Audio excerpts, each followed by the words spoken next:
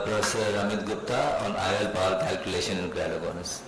Well, thank you, Dr. Rajesh, for including me in this very important instruction course. So, this is such a topic that it has so many limitations when we consider cataract surgery. We have a patient of keratoconus, he has decreased vision.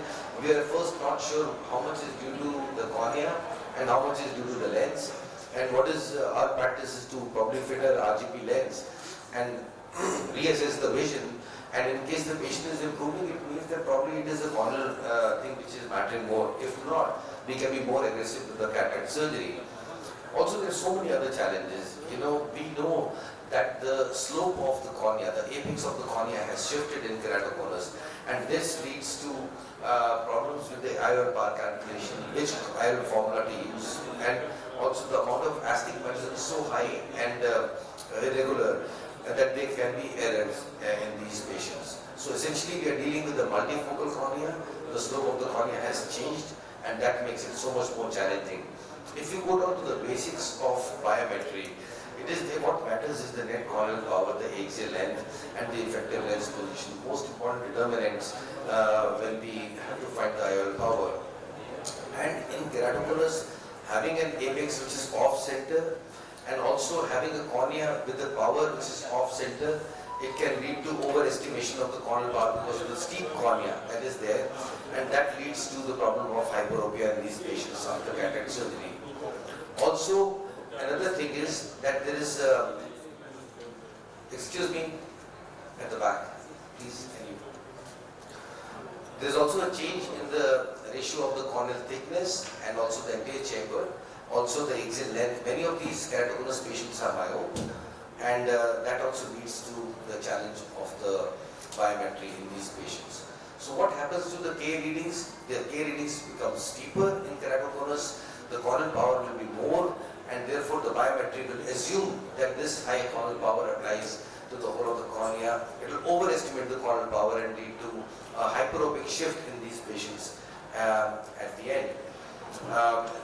So this is one of the publications. I'm just summing it up for you. What they concluded was that in mild to moderate keratoconus, the results of cataract surgery are much better. But once we reach advanced keratoconus, there is a huge tendency to have a hyperopic result. And what they did, what they recommended is they used the total corneal refractive power, and when they used that, they noted that there was a very slight myopic shift which occurred after surgery. So that is what they recommended, that okay, we can use a total corneal refractive power. Another study in advanced keratoconus patients, what they said is that instead of using the K power which comes through either biometry or pentacam, they said we should apply a standardized K reading of 43.25 diopters. And in this study of about 92 eyes, they found that hyperopic shift didn't occur, and they had results which are very reasonable in advanced keratoconus, only in advanced keratoconus. Another study by Watson also suggested using the standard K values.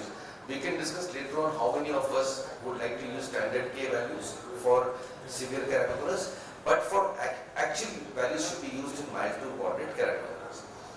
The role of pentacam is very critical in planning these patients, especially the maps like an equivalent K reading map. So it can help us to overcome the problem of that off-centered corneal apex, and we can choose the centration apex versus pupil.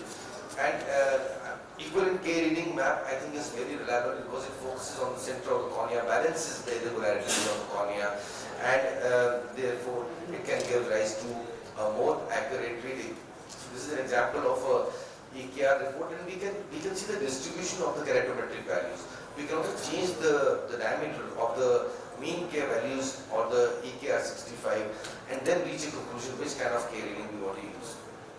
Now, which formula to use? There's a huge variety of formulas that are available with us, and there are multiple studies. SRKT has come out to be the winner in almost each and every one of these studies. That SRKT formula gives the most accurate. It need not be the most accurate for keratoconus, but out of all the formulas, it was the most accurate. And also that another study which showed that the SRKT formula was most accurate. But now we talk about the Kane formula. So this is the initial publication by Kane, where they showed that this was more accurate than the SRKT, and SRKT was the most accurate formula out of the traditional formulas that were used.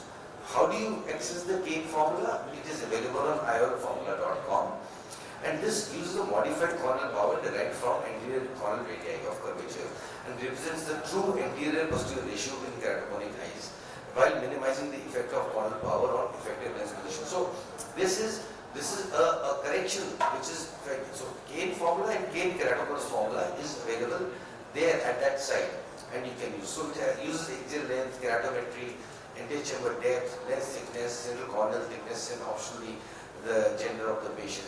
What Kane did was he divided the patients according to keratoconus. Now we know that many of the keratoconus patients are more severe, but for him a stage 3 was more than 53 tablets. I think maybe we have to alter that according to our own experience. But what he did was he added a corrective factor. So for stage 1 no adjustment, for stage 2 0.75 to -1, and up to -2 to -3 degrees of corrective factors, the predicted refraction you feed into when you decide the IOL power. And he showed that although the results of SRKT were also very good, but the percentage of eyes which were more than 2 diopters were the least with the Kane formula. What about toric IOLs? Just one slide I have made in this. Mild to moderate keratoconus works very well. In non-progressive disease, make sure the patient that are not dependent on RGB lenses for achieving good visual acuity, because you can never match it. They're used to wearing these contact lenses, they'll wear it after surgery also. So no point in putting a toric lens for that. So and it will uncover the toricity of the lens of the IOL in case they are putting an RGB lens on top. Also, there should be a good history of corrected vision with spectacles only, and there should not be a high irregular astigmatism. Just this one chart to sum it up. And so if what they have advised is what I have just said, that we should see the repeatable biometric measurements. And in case of severe keratoconus, in this case more than 55 diopters, you need to of course place a spherical or monofocal IOL, and do not place a toric lens. And we can consider using a standard K value for IOL calculation with a target of low myopia, right? Because we are already correcting by using a lesser K reading. So you can't use that Kane formula of -3 diopters of predicted refraction. You can't use that here. And of course, we have to pay attention to the axial. Many of these patients are myopes, and if in right to white, also all the patients should be taken care of. So mild to moderate keratoconus, we are reasonably okay with it. In the end, just a few surgical tips, because the surgery again differs. You get a lot of distortions of the eye. Some of these eyes can have rebases, so it becomes challenging, and we should preferably have a standard temporal corneal incision approach. The thin cornea, in case of globus, you're going to have a problem. Don't be scared of suturing. Counsel the patient before and that I might be putting in a suture in case I'm not able to see the bones. You can use a modified scleral incision also, and also you can put viscoelastic on top repeatedly to have a better kind of visualization and have a focus on the capsular surface to avoid distortions. So take home message right now, if you do have the inclination, try to use the Kane formula. That would be probably the best, most accurate. It has been shown to have the minimum mean prediction error in a large series of patients, which was published in ophthalmology. And but due to scarcity of the literature for IOL restriction, the counseling is very, very important in these patients, that anything might happen. And then, but ultimately, my experience is that these patients with keratoconus are very, very happy after surgery. And many practices, they say that put in an intrastromal corneal ring in patients who have irregular astigmatism. I don't know what is the experience of the panel here with putting of the intacs before keratoconus. Dr. Swapna, I don't know that. Would you do it specifically for cataract surgery? We do put intacs, but not with the aim of this patient is to undergo cataract surgery. Let me put in an intacs. Interesting thought, but there is a space.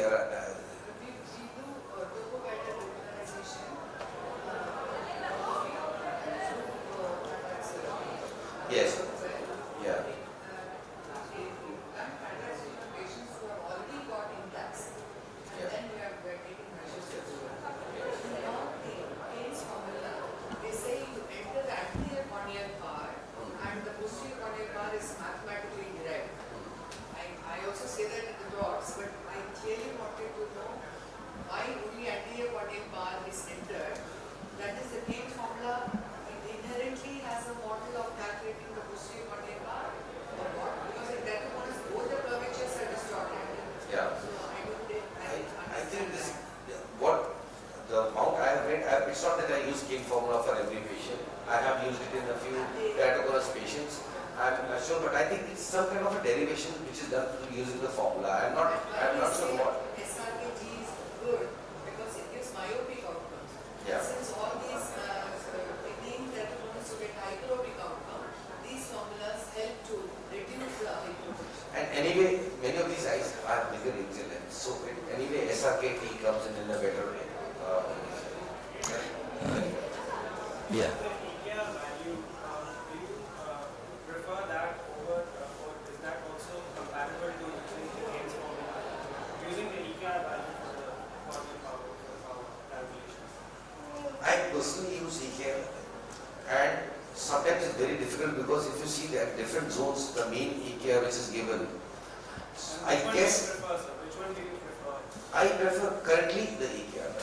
And at 4.5? But that would be for the regular cornea. You have to judge it. Cornea.